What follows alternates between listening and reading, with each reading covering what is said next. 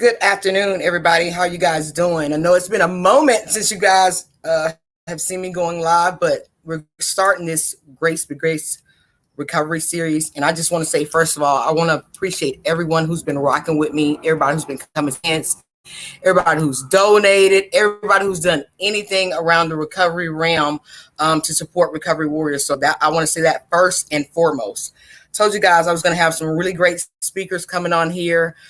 This is one of my favorites, right? This is Daniel. He's from down in Albany. And I don't want to speak for any of the guests who are going to be on here. So what we're going to do is I'm going to allow him the opportunity to be able to freely speak, share some of his own recovery story. And I'll ask him a few questions here and there, but just want you guys to be able to see the face of resilience, to see that recovery works, to see the recovery in action, and see that recovery takes no one particular shape or form. I'm going to have another guest coming on here at 7:30, and I won't give too many details about him, but I just want to whatever been through, allow recovery to be able to the opportunity to bring all of you through the door. That's all recovery is. It's just giving you an opportunity to bring all the door. So without further ado, I'm going to introduce Mr. Daniel. He's going to share a little bit about himself, and we're just going to talk recovery. Again, thanks to everybody who's tuning in. Let me check my Facebook real quick, Daniel, to make sure that I have the right settings on. I do. So without further ado, Mr. Daniel. Hey, TJ, I just can't tell you how much I appreciate you asking me to do this. It's so good to see you. I know. So good to see you too. I just want to tell you thank you for this. You know, the thing about it is we like to do this, guys. Any of us who really do this and are really passionate, this is something that we just do. Just at the drop of a dime. When I emailed Dane, he was like, sure, well, just let me know the date. I got a couple other dates I've got going on. So that's one thing about recovery that I love, because I've created a new family. I mean, all over the state of Georgia, at any point I can just hit an email, phone call, and I have a connection. So thank you for taking the time out to join on.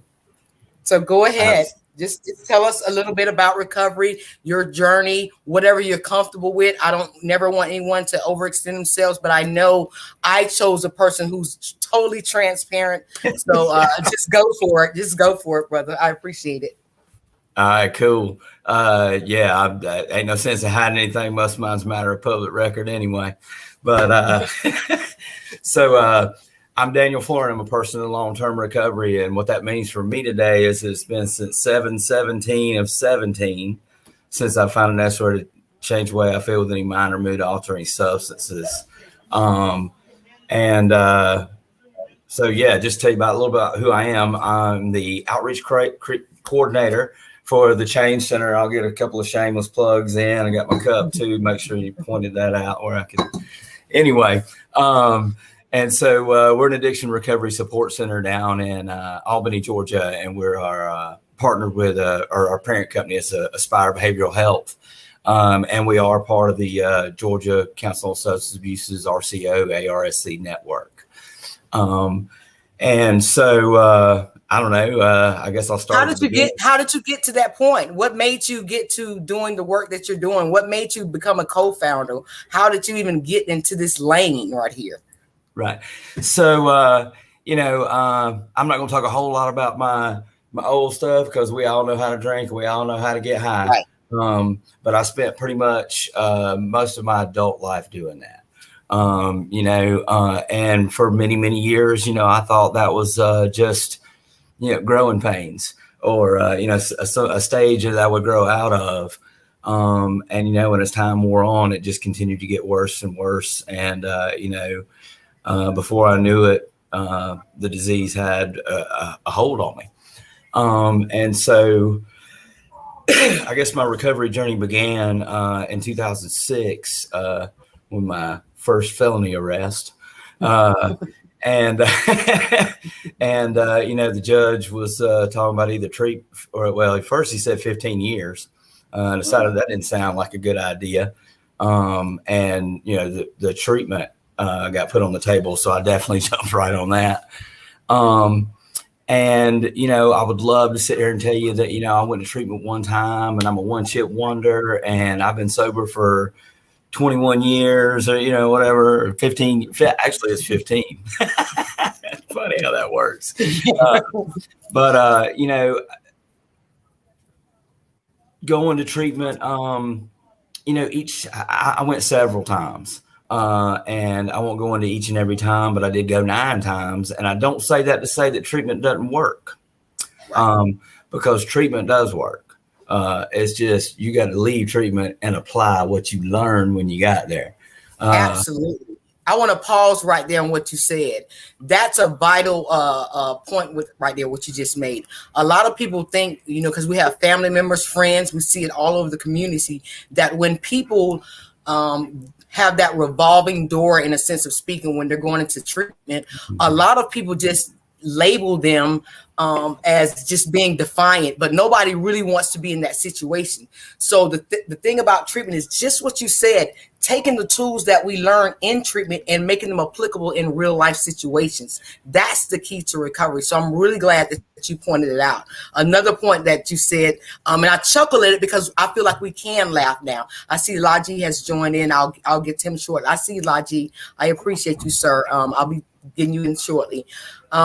When you said my first felony, when you said you want to say my first felony, and I giggle about mine a lot too. I have 8 felonies. So for me, there was a time when I was so embarrassed, and when it was time to fill out an application, I would skip over that part or act like I didn't see that question or what have you.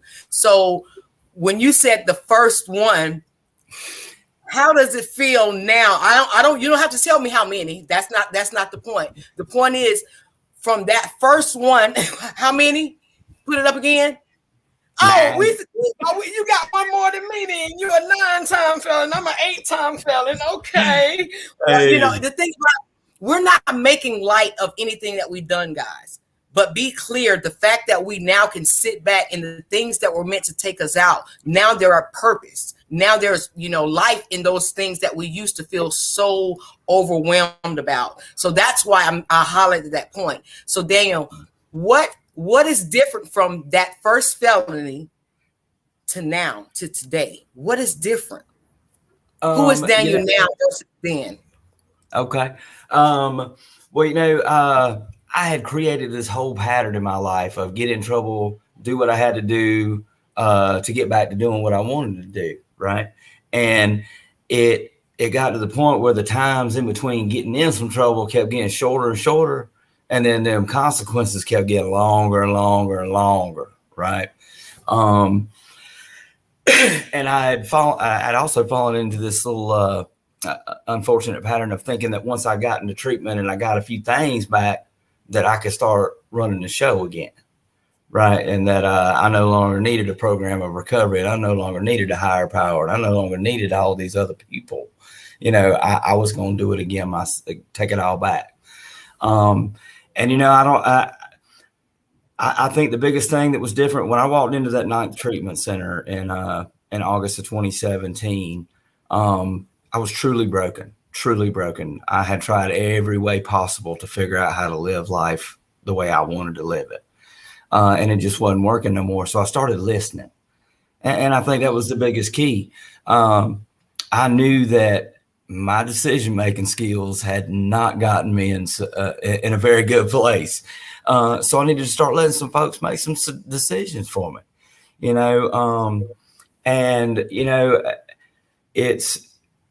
it's funny. I was talking to a buddy right before I went to the Anchorage, and he asked me what it was about my 12-step fellowship that I was missing. So, well, it's the spiritual side of things. But the Anchorage is a faith-based program, and I was not feeling that. But I had just said that the spiritual thing was the thing I was missing. So I don't know what's good for me. Right. So, God has been a lot of different things for me. It started out as that gift of desperation, and I had to be all the way broke down, which is what I was when I got there. And then it became good orderly direction. Can I get in this treatment center and follow some rules? Can I do what they asked me to do? Right. And And Right. then as I got in, going to meetings and got in with my fellowship, it became a group of drunks because the room was stronger than Daniel, right? And they helped me by telling me, they didn't ever tell me what I had to do or needed to do, but I would tell them what Right. was going on with me. They would tell me what worked for them, right? And then it led me back to that God of my childhood, or that it finally led me back to what it was that it didn't have to be the God of the preacher man. It didn't have to be mama's God, Right. God, anybody's God. It had to be the relationship that I had. And it Absolutely. doesn't matter. That And I was think so that was the freaking biggest step. powerful. I That think was that's the biggest powerful. step. That right there, I didn't even know that you would even take it into that direction. I'm really glad that you did, because for me as a woman, my perspective is I don't see men being vulnerable and sharing their stories. And to me, my vision sees that that's why a lot of men are still going through. They feel like it's less than for them to be able to admit, to say some of the things you said, to be able to admit, hey, I was at a low point. But we all go through it. And to me, I think that's a bigger guy. I mean, I'm not going to say more manly, but I feel like to me, that represents the whole realm of that man, to be able to admit his highs and his lows. So I appreciate you for sharing that. And another point that you made was when you said about taking responsibility and accountability. I always say there's no judgment and accountability. I'm one of Right. those. And when we say, we're big in recovery to say we're not judging the person. I'm not judging you, but I am calling you out. So some people might, judge it or call it out. It's kind of like the discussion that you and I had pre this going live about your situation. It ain't Right. no judgment what you're doing, but you want to put yourself in that situation. Ain't no Exactly. judgment how I'm living my life right now, but it's certain situations that I'm not going to put myself in that arena. So for me, when you said that, it resonated, and I want people to really get that when we say the word "for me," this is an I statement. This is an I statement. Mm-hmm. I challenge people that when we're saying don't judge a person, don't think of it as judgment. I want Daniel to correct me or judge me in love. Daniel knows me. If Daniel sees my behaviors are different and I ain't, seems like I'm having a setback, I need for him to judge me. Email me, call me. I might not like the conversation, but at the end of the day, if that's going to keep me in my recovery, keep me stable, then of course I need people who are going to judge me or either correction and love. Right. Whichever way you want to, say it. And again, it's not looking down. It's just holding me accountable, having an accountability partner. So I appreciate you for saying that even about yourself. Yeah, absolutely. Look, I surround myself with people who tell me the truth today. Right. I don't need somebody that's going to co-sign my little bull junkie. I don't need somebody that's going to protect my feelings all the time. I have some ladies at work that sometimes their love sounds like sweetness and praise, and sometimes it sounds like a double barrel shotgun. And I'm okay with that today because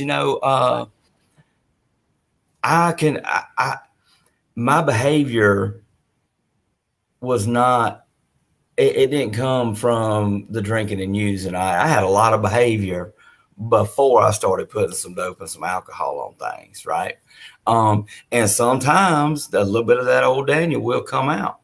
And Right. I need people who are willing to point that out to me, because the last thing I want to do is start down that path again. And you'll see Daniel sitting in his desk over at the chain center one day, and then 2 weeks later you'll see Daniel standing out there on the corner acting crazy again.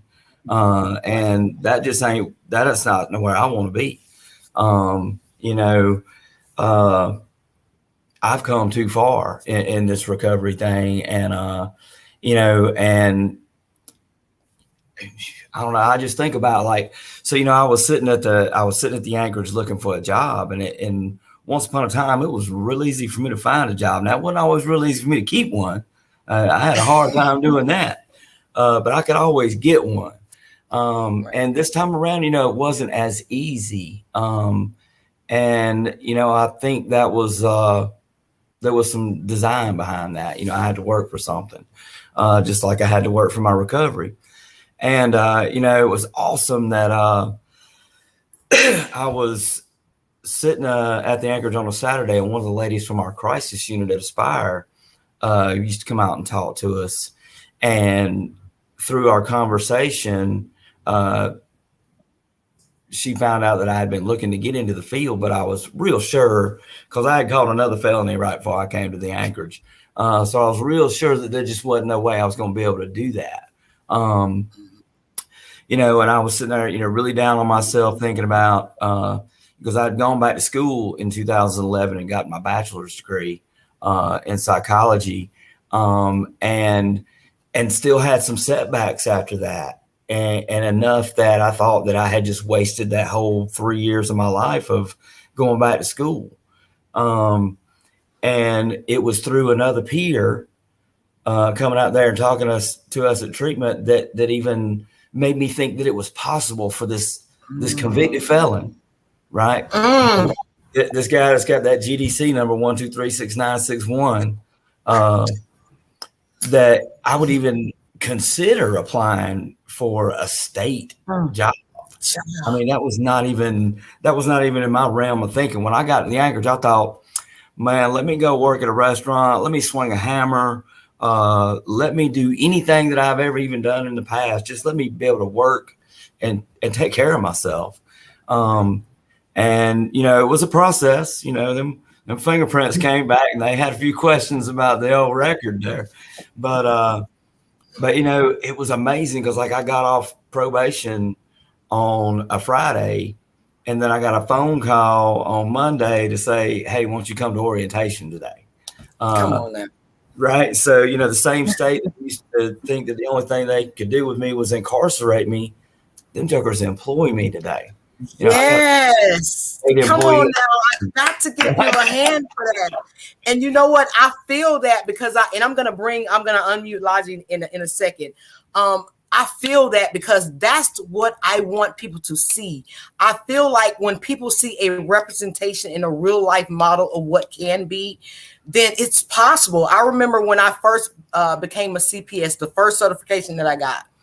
And I remember it was this person works in recovery, but not in the CPS realm, how we do. And they told me, it hurt me. They said, you know what? You need to clean up because you're a little bit too ghetto, a little bit too hood. And at one point, I'm serious. I can show you the pictures. I was like, okay, well, let me, because it is some validity to some things. See, I'm not careless enough to just close that door. There is validity to some things. I'm not saying that I have to take it all in, but I can brain filter and apply what needs to apply to me to help me grow and evolve. I'm open to that. I am. But I was like, what do they mean ghetto? I'm like, well, the people that see me all the time are in the neighborhoods, and they're the ones who have no clue on how to get to the point to where I was to where I am today. So if me having to be authentically who I am and bringing all of Tawana through the door, and the people who see me and actually know me can see this transition. If this is the area in the realm that I need to be in, and it's defined as ghetto or hood, then so be it. I'm effective in that realm. I've helped 12 hood people get their pardons because they didn't have the money to do it. So Miss TJ sat right here, helped them, assisted them step by step. All of them got their pardon. Every last one of them. One of them is a registered nurse now. The other one has his own trucking company. So for me, we are needed. We're necessary to be a visual in the community. So that way people have this thing called hope. We always say hope, recovery is hope. So I feel like a real life representation that each one of us display, even after those 8 and 9 felonies, because I was the same way. Man, I got a mental diagnosis. I used to get high, and I got all these felonies.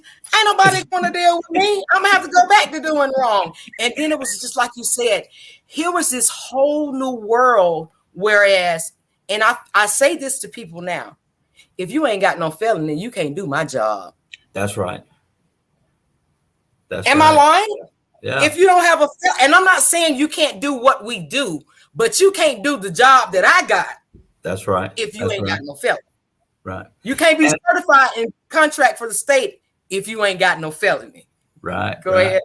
and it's so, and when you said that, it made me think, because like, so when I started at Aspire, I was a health services tech, so I was a front door greeter, and and that was really my first exposure to that outpatient type facility, because I always did inpatient, right, or crossbar motel, but it gave me the opportunity to really meet people where they were at. They're coming in to come see a counselor. They're coming in to do that initial health assessment, all that stuff, and that really put me on the front line. And then, my recovery really was an asset doing that. And then, when they started talking about starting the Change Center, and they were looking for people with lived experience, I was like, hey, I'm uniquely qualified for that position. Let me get on in there. And sure enough, that you had to have 6 months in position to get hired into a new position. Well, guess what? 6 months to the day I got hired to be working at the Change Center, right? And I got to be here on the ground floor. And, it's just been such an amazing journey that, I get to use all the things that have happened to me, all the things that I have been through, so that somebody else can come out on the other side of it too. We talk about it in our promises in my fellowship that we won't regret the past nor wish to shut the door on it. And do I sit here and say that I don't have any regrets? I'm not going to sit here and say that, because I do. But when that regret turns into something that's positive, like I get to share that piece of my story with somebody, and it helps them stay clean, stay sober for another day, man, that's not a regret no more. I have turned that into one of the biggest assets I have, right? And, so when they started talking about, well, you have to be CARES certified, well, sure enough, I went to CARES. The Wednesday I was at CARES was my 2-year anniversary of being clean and sober, and then, it wasn't long after that, they started talking about that forensic peer mentor. I said, you had to have some, previous entanglement with the criminal justice system. I said, what do you know? I might be uniquely qualified for that job too. And how cool is that, one of the things that made me such a good alcoholic and addict was my ability to be a chameleon and fit in anywhere. I can be on the street too, girl. I was just as comfortable in the Bluff as I was in Cobb County, as I was anywhere in Atlanta. I fit right in. And I think sometimes that because of that and how freely I move throughout the city of Albany, some people might question, like, what you doing over on the east side? Right. I'm like, man, you don't even know where I've been. So, it just doesn't bother me. I know how to carry myself in those situations. And man, I have to go to those spots. I have to go meet people where they're at, because they might not come to me. I wasn't hunting nobody out to come get sober. That's right. Right. I had to get stopped. Right. And hopefully I could be that bridge for somebody where, maybe it doesn't have to go as far as it had to go with me. Maybe I can get them over here to the Change Center and show them a different way of life, and something that's positive, and give them a new set of friends in recovery to hang out with. Because, when I was hanging out on the streets, I was doing what they was doing in the streets. But when I hang around with people in recovery, I do what people in recovery are doing. And we have fun in recovery. I think people think that recovery is boring, but it's so free. I mean, we have fun in recovery, and I just want people to know that your life isn't boring. It's a new normal, and once you get that new normal, you're thriving and you're loving this new life. So it just kind of propels and it manifests and it gets greater. Your goals get bigger. So that's why I like the idea of having people like us with the lived experience represent, not saying that we're the prototype or we're the model, but still a representation on how recovery can flourish, how it can thrive. So thank you so much, Daniel. If you don't mind staying on a few moments. Hey, Joanna, I see you're here. Joanna's here. She said, hi, Logie. Hi, Daniel. I want to go ahead and let Logie come on. I hope I'm pronouncing it right. I always just said Mr. Ruffin. Just make sure I'm not pronouncing the first name wrong. If you guys have never heard his story, it's like, I can't even describe it. It's like, for me, I saw life for my son. I saw life for my brothers. I saw life for my father. I saw life for my uncles. I'm getting emotional now because for me, where I come from, I need for brothers, men, but especially in the neighborhood where I come from, I need for you men to see. These are two men up here. These are two men who've been vulnerable, who've allowed life has happened to them. And when I tell you, Logie, just for me, when I heard his story, he don't even remember. He spoke at our forensic training. I think we were the second class, right, Daniel? Yeah. We were, and the original Corona. We were the Corona cohort. We were the Corona. We were the Corona kids. Cohort. That's what it was. Yeah, we were the Corona when COVID hit. Absolutely. And we were down in Albany, matter of fact. Yeah. But when I heard your story, you don't even know it, but you gave me the drive to put men first. It made me check my behaviors. Even though I was in recovery, it still made me check some of my own feminine behaviors. And it just gave me hope for my brothers, for my son, for my... I just want you to go ahead and share your story, because I can go on, and I just really want the brothers to capture what can be, the possibilities, the purpose, the pain through the purpose, the passion. I want them to get that if they get nothing else. I'm going to just mute myself and just let you go. Well, thank you. Thank you so much for having me on this show. I'm definitely honored to be. Basically, like I said, my name is Logie Ruffin, and I'm a person in long-term recovery. And basically what that means to me is that I take control of my life. I live my life with purpose and direction. But at one point in time, I was not living my life at purpose, nor a direction. I didn't have a direction. You know, as a young kid, not understanding myself and what was really actually happening to me mentally. Didn't know nothing about a diagnosis or depression, anxiety. I didn't know none of them tag words or nothing. I just know that I didn't understand what I was going through. So to fast forward through my life, I end up within the criminal justice system with a life sentence. And I had two choices, you know, as a young man, either to live or to die. Them two of the things that kind of scared me while I was in prison is to lose my life or to lose my mind. And I knew that I had to get some type of grip on that. But the interesting thing about prison is that it's individuals that have the same life experience as you, and they've been through, and they could really identify and really feel what you're going through, and really mentor you, and really just give a name. Now, see, that's the thing. I just needed a name of what I was going through, because I couldn't explain it. You know, they say, well, you know, the first thing when we get there, what's wrong with you? I don't know. You know, that's why I'm in front of you, Doc. You know, you the one with the degrees and this and that. But, you know, really, I have learned, learning through education that I am the expert of me.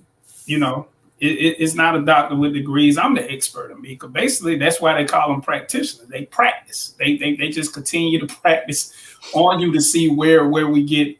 And then, you know, that when I heard that word, I said that kind of makes sense. You know, law practice, doctors practice. You know, they just really just practicing. You know, they just really try to get it right. So within that, I knew that education was going to be my vehicle to help self-sustain me. And one thing, having a life sentence, wasn't a lot of education afforded to me, so the library became my education.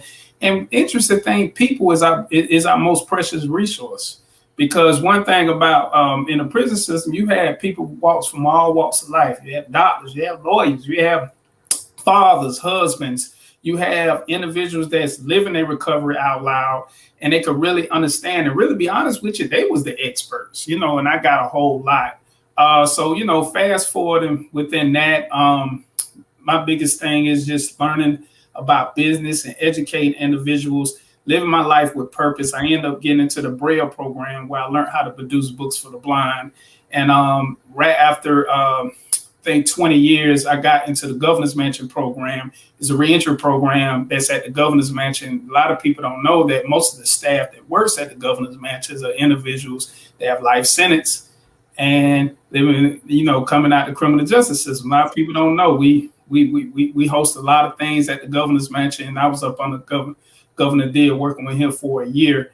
So when I got released in 2016, started my own Braille company, Authentic Braille Masters LLC. Grew my company into an international powerhouse within a year, but I left a lot of brothers behind.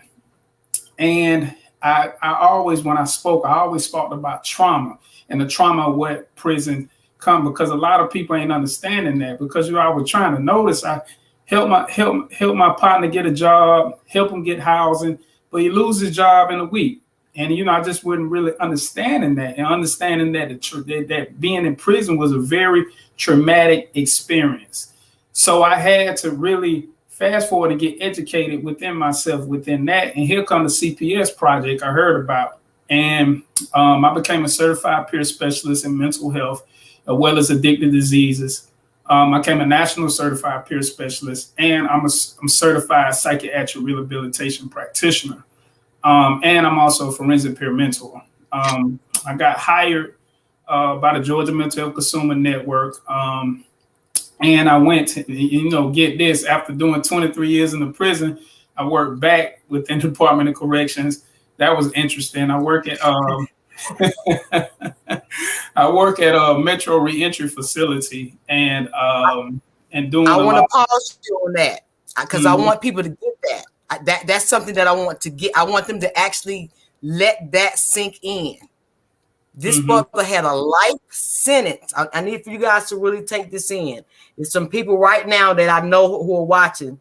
I need for you brothers to get this. A life sentence this brother had in a Georgia state facility. This brother is working back at a Georgia state prison right now. It's possible, guys.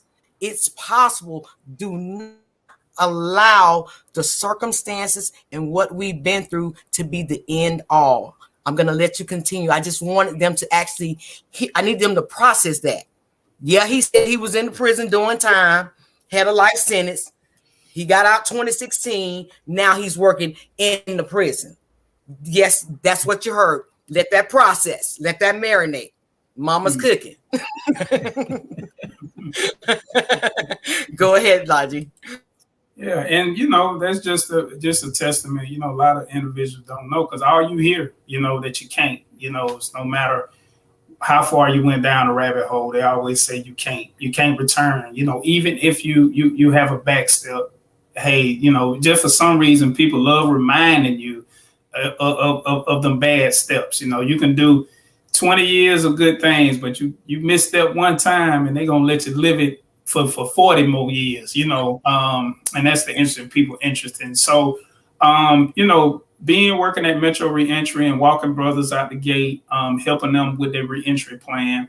I also work for an organization called Offender Alumni Association, where I'm the project manager here over in the state of Georgia. We help individuals, same way as a forensic, we help individuals with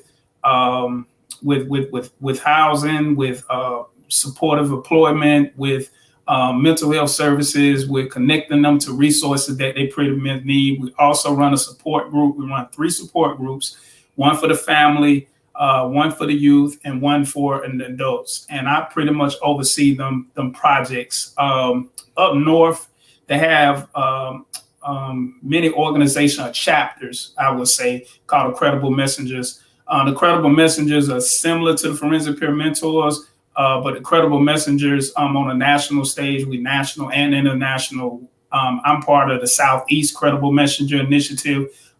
We contract a partnership with the U.S. Attorney Office of Northern District And that is something, because the U.S. Attorney Office is a prosecutor office. They have prosecuted many cases, but within them, they really want to do kind of like a about face, and they understand that the true individuals to kind of go into the community and see about the community as individual with lived experience. And we have been doing a real phenomenal job over here in the state of Georgia, the Credible Messenger Initiative. And one good thing, we're connected with other chapters to see how they doing stuff in New York as well as in California. What's working, what's not working. We have a summit that's coming up at the end of this week, so we can get to know one another. Also, I'm a father, I'm a grandfather, I'm a husband. Them the things. I love my grandchildren. I love being in their life. Just this past August the 23rd, I celebrate being 5 years out. I've been on 5 years. So I call August 23rd my new birthday, because it helps me remind me of who I am and just continue to offer hope. But most people, regardless of all the credentials I have behind my name, and the one thing I reverence the most is father, grandfather, and husband. Them the titles that I wear. I love my daughter. I love my grandkids. I love my wife. I love just being a husband. I love going out there cutting grass. Doing the things that most people say, well, what do you love? I say I love cutting grass. You know what I'm saying? I love cutting grass. I love just being out there, and just offering hope to individuals, and just being there for people, and just let them know that it is possible, that the message that I will give, that like my shirt say, doing life together. I always want to just let individuals know that we here for them. We do life together, and as long as we stay forward and be forward thinkings. And I always tell people, it ain't nothing about us without us. And I mentioned something that you said, TJ, about people saying that recovery is born. But the thing about recovery, when a lot of people would think about recovery, they first thing they think is something negative, or something you coming from a negative place. But the thing about this is that everybody in recovery is just living your life, living your life on your terms, your direction, being who you be and being who you are, and living it out loud. And really, and just showing, we like pages that we just showing people that it is possible. It is possible to be who you can be, and just be realistic. And the thing about it is I would tell people, you have to have a plan. But the interesting thing, and I get this quote from Mike Tyson, everybody got a plan until they get hit in the mouth, right?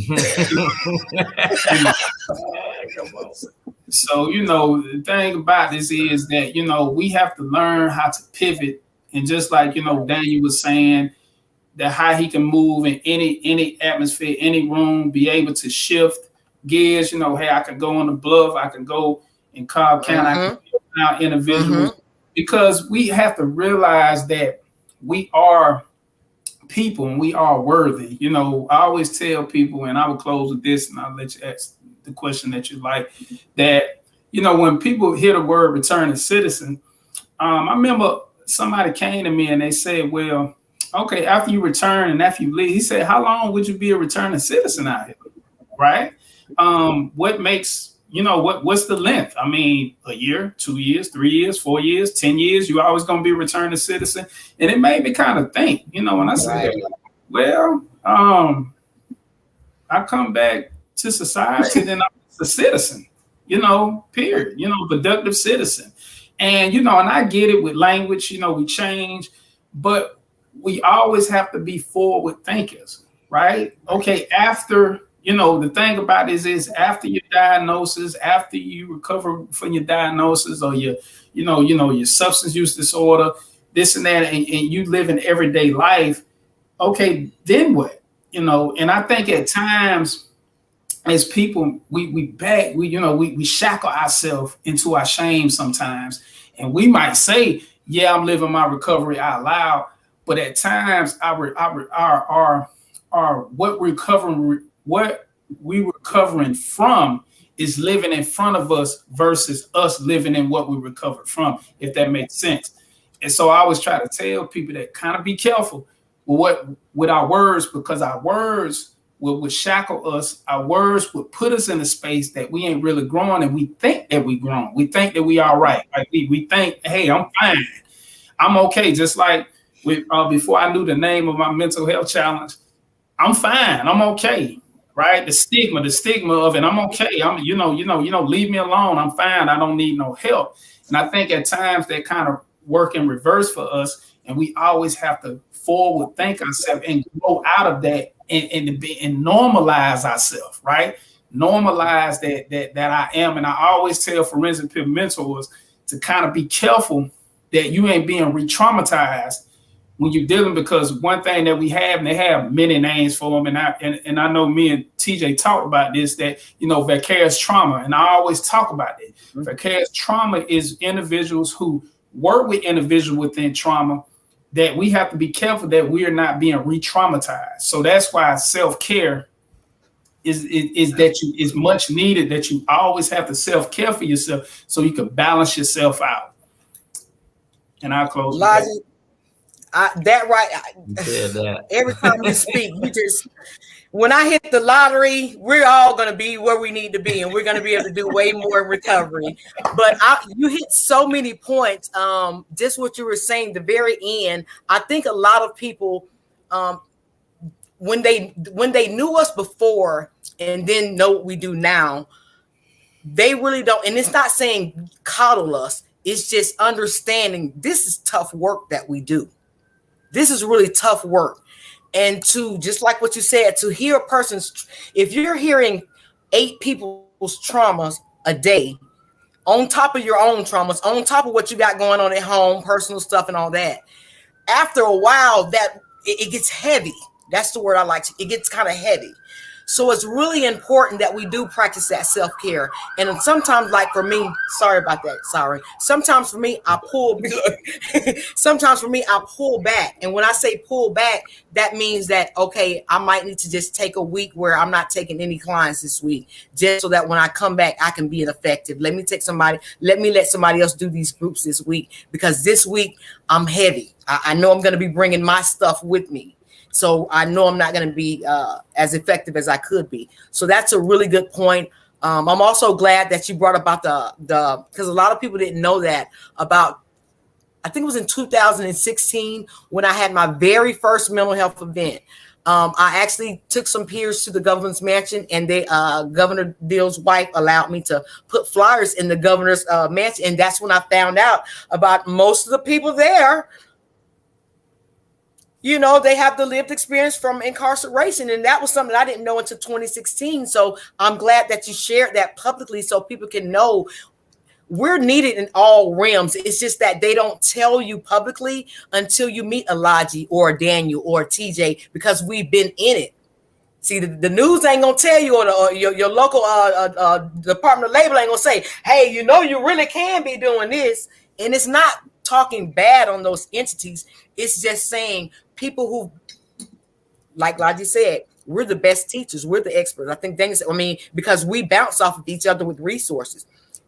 Perfect example. I never knew any. I know a peer who's blind, and then I know a family member who's blind. I know a friend of mine who has a child who's blind.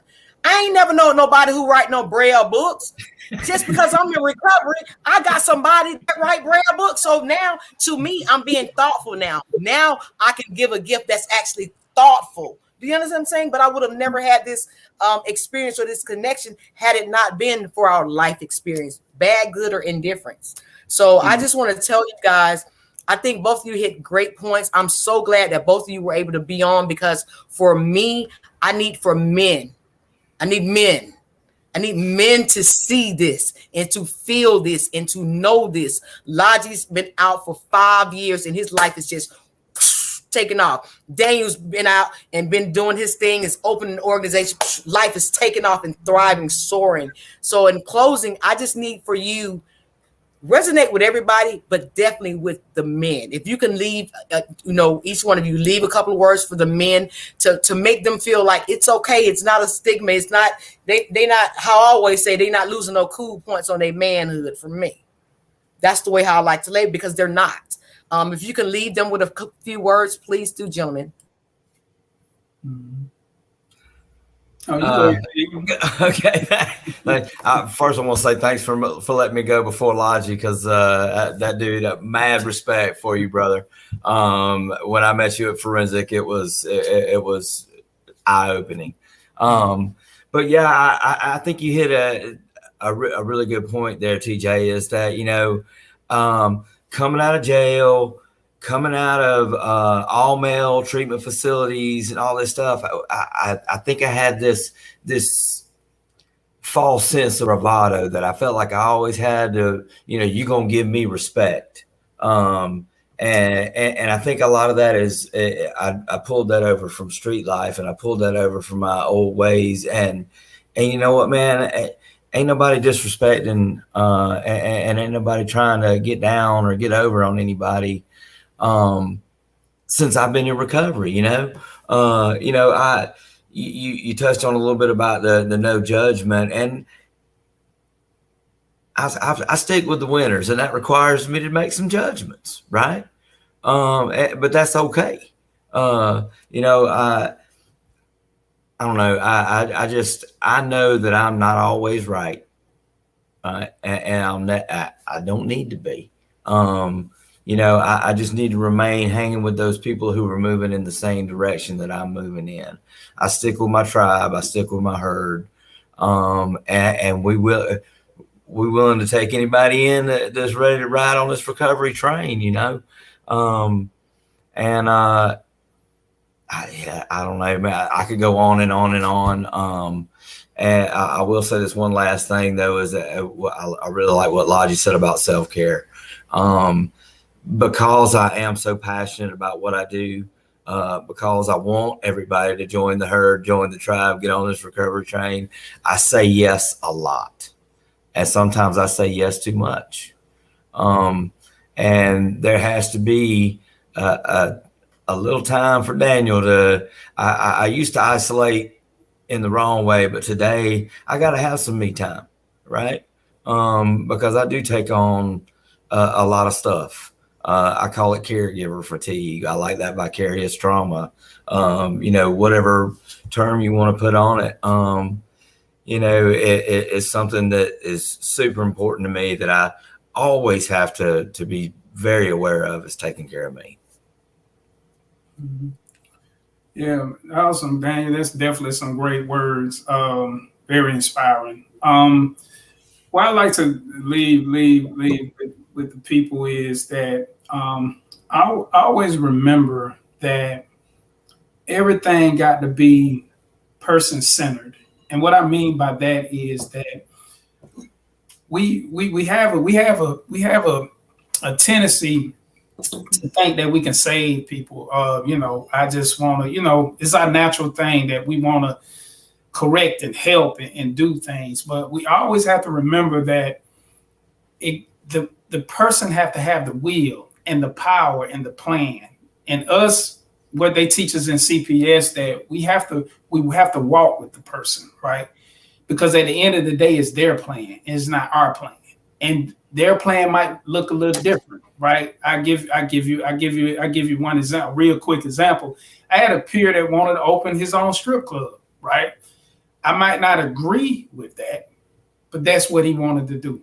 He said, I want to be a business owner and I want to open on for his strip club. So as a forensic mentor, okay, how do that look?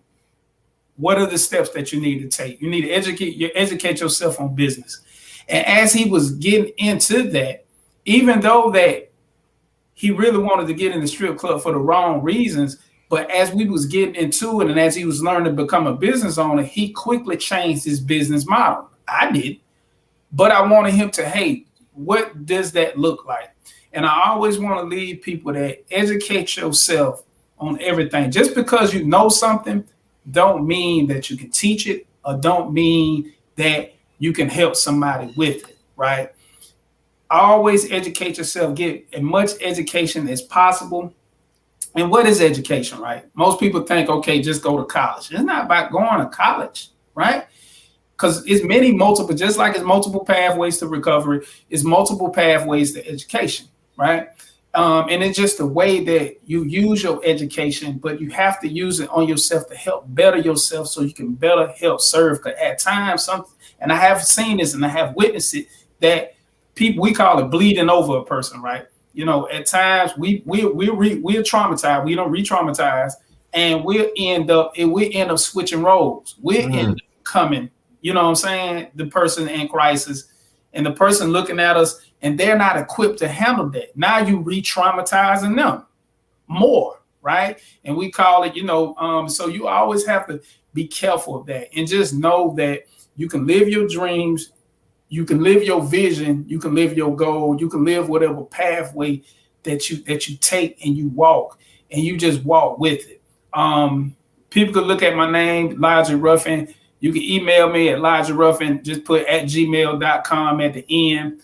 We run supportive groups virtually, and we have one physically in the City of Refuge every Tuesday at 6:00. So if a person sees this and like to get on our list for reminders when you can come on, just email me at ElijahRuffin at gmail.com. And definitely, and if you want me to help, or you want to help me within the work that we do, just support, because I'm always looking for allies. I'm always looking for other individuals that think like me, that they're out there that might need some help, or hell, I might need some help. So that's what it's about, staying connected. We always have to stay connected, stay like-minded. And then I would tell this to continue to echo it. I know you heard me say it, but self-care is the best care. Please, self-care. Please unplug from the matrix. I have a rule in my house. When I come home from work, I throw my phone in the corner, and it's my time for my family, period. Uh-huh. And I don't pick that phone up until the morning. I always tell people, pretty much after 8:00, you ain't finna really too much get me. I always make sure that my peers have that crisis line, and I give and help them carve a plan, because at the end of the day, I try to work myself out of job, right? We always working ourselves out of job. I'm not trying to make you dependent on me 24/7. I want you to gain your dependence. And as forensic peer mentors, we have to be careful about that line too, because we think I'm the one that's help. No, it's him. It's them. It's her. They're the ones that doing it. I tell them real quick. They quick to hey, Elijah, it was you. No, it wasn't. I was just a mirror. I was just a mirror that just showed you who you was and what you was capable of. That's me. And I definitely close with that. Well, I just want to say that was some really good stuff. Daniel, if you want to share your contact information about the Change Center, what I'll do is I'll make sure that if it's okay with you guys, I'll put your email inside of this when I upload everything to the appropriate areas. And I just want to tell you guys, thank you all again. Recovery is possible. I'm so glad that I was able to get both of you guys kind of simultaneous, so that that way a lot of the guys, really everyone, but men specifically, can see that recovery is possible. It's a journey, but there's life. We can rise like the phoenix. And I just want you guys to get a real life representation that recovery does work. Recovery is not linear. Just remember that, because life is not linear. It's going to go up and down, have its pitfalls. But what you have to do is remain hopeful and use the resources. Do you see all these resources, these nuggets that just got dropped here within 45 minutes? Utilize these resources. I want to tell both of you gentlemen, thank you again. Thanks everybody for tuning in. Maria, I did see your message. I'll make sure that you get all of this information out. Inbox you that. But again, gentlemen, thank you so much for tuning in. I'll get with you in a second, Daniel. And I'll be calling on you again, Logi, when I'm having something in person, because I'm expecting a breakthrough on something. So again, thank you, gentlemen. I love you guys in recovery. We're hope dealers. Always remember that. And thanks everybody for tuning in. You guys have a great evening. All right, you too. Thank you.